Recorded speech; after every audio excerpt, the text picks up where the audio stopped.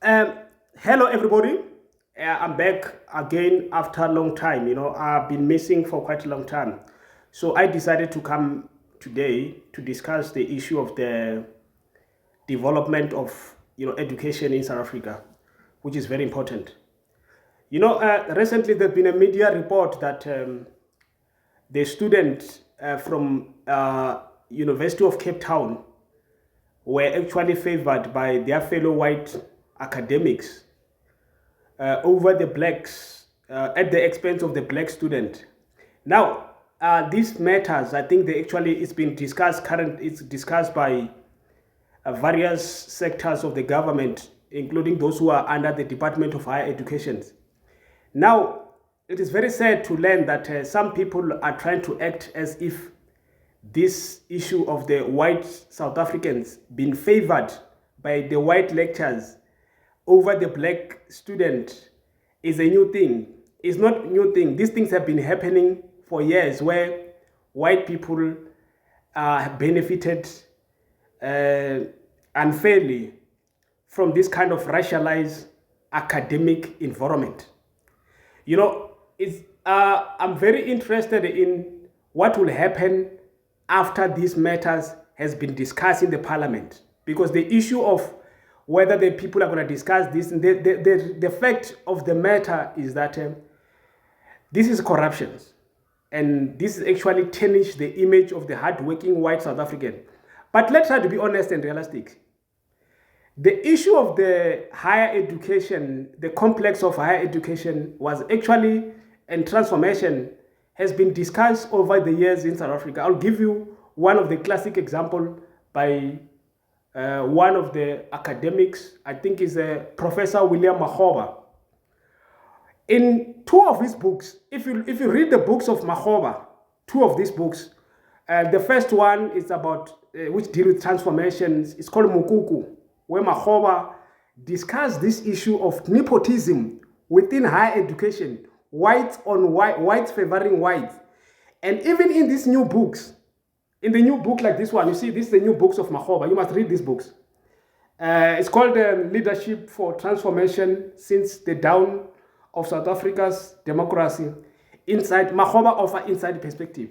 He also discussed the issue of the corruption and nepotism within these white universities. Now, black people are not aware when Makgoba was raising these issues.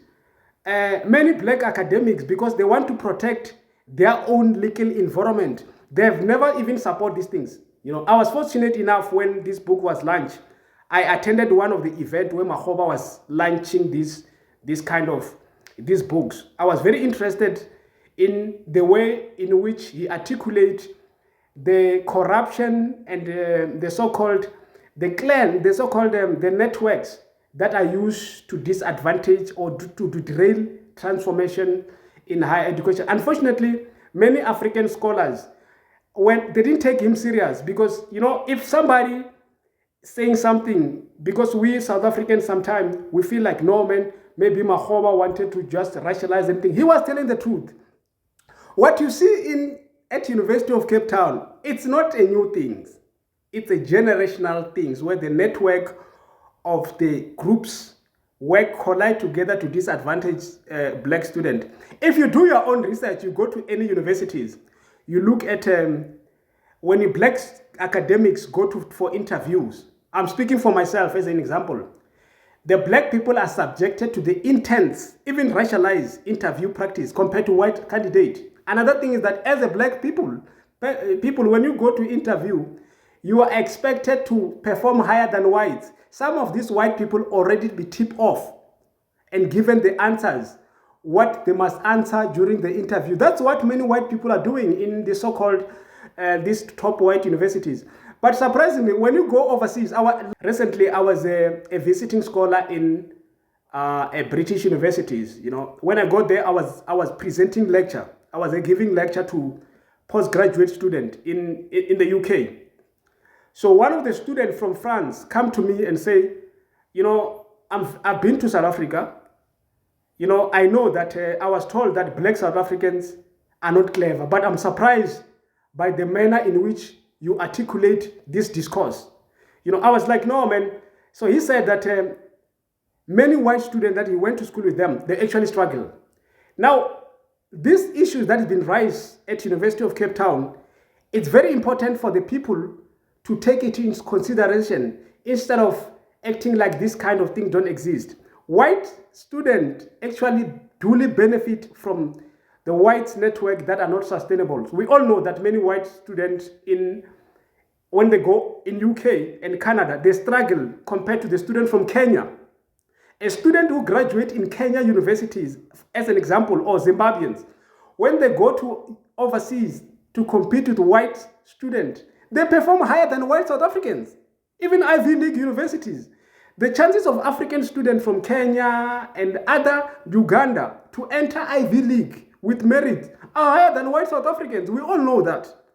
But now, these behaviors of some white academics and their associates who are trying to, award white students higher marks without knowledge that they claim to have, is going to have negative impact and implication in the career of white South African students. But, so the question that we need to ask ourselves is that we should have known better, because this kind of matter has been, raised here for years.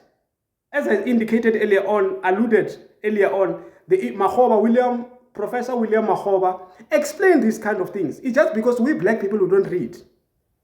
He explained that within these white universities, there are a lot of things that, the so-called networks that influence certain decisions in favor of the white people. You only find that the white people compete equal with blacks when you started outside South Africa. I've been to a visiting scholar in USA and Canada and the UK and give lectures. What I've noticed is that whites are not who they are. They struggle. Number one, they struggle with languages. Many black people don't know that white people don't speak proper English. They struggle with English. And some white people also struggle with integrations. In America, yes, in higher education in America, because when they go there, when you go to UK and American, they don't separate you. You work with blacks, and those white people from UK and America, they have got advantage of assessing blacks and whites collectively, unlike in South Africa where somebody tip you. But it's very sad for those white people who are continuing to give advantage to white South Africans. And then imagine if you are a white South African, you benefit from those networks, and then you are going to be finding yourself abroad working with white who are fair. You are going to struggle. But the issue of higher education, I think this matter must be taken further. We need to be honest and realistic about this kind of matter where we actually just take things for granted. There is an issue within our universities where white South Africans, not only white, sometimes even colored in the Western Cape, we all know that colored people are number 2 from the white people, whereby they are also favored among whites. I remember myself speaking for instance, I won 2 scholarships to study at University of Cape Town, to study masters at University of Cape Town. The head of department was a colored professor. And then he told me, when I got there, I got a student number, I was admitted. And he said there's no supervisor. I had to return back to my previous university to do that courses. Because at University of Cape Town, remember, 2 scholarships. He said, no, people who give you a head of department. When I want to register, I said, no, people who give you a scholarships. We don't have supervisor.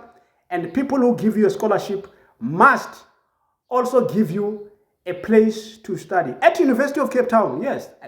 The name of the scholarship was Cross-Rosley Scholarships, Cross-Harris, Cross-Rosley Scholarships, and the University of Cape Town Equity Scholarships. But they refused me to register. I had to return back and get NRF scholarship in the other universities. What I'm trying to tell you is that there are a lot of things that happen in our education system. Those things that were highlighted about white people offered marks, it's just a tip of iceberg. Things are worse.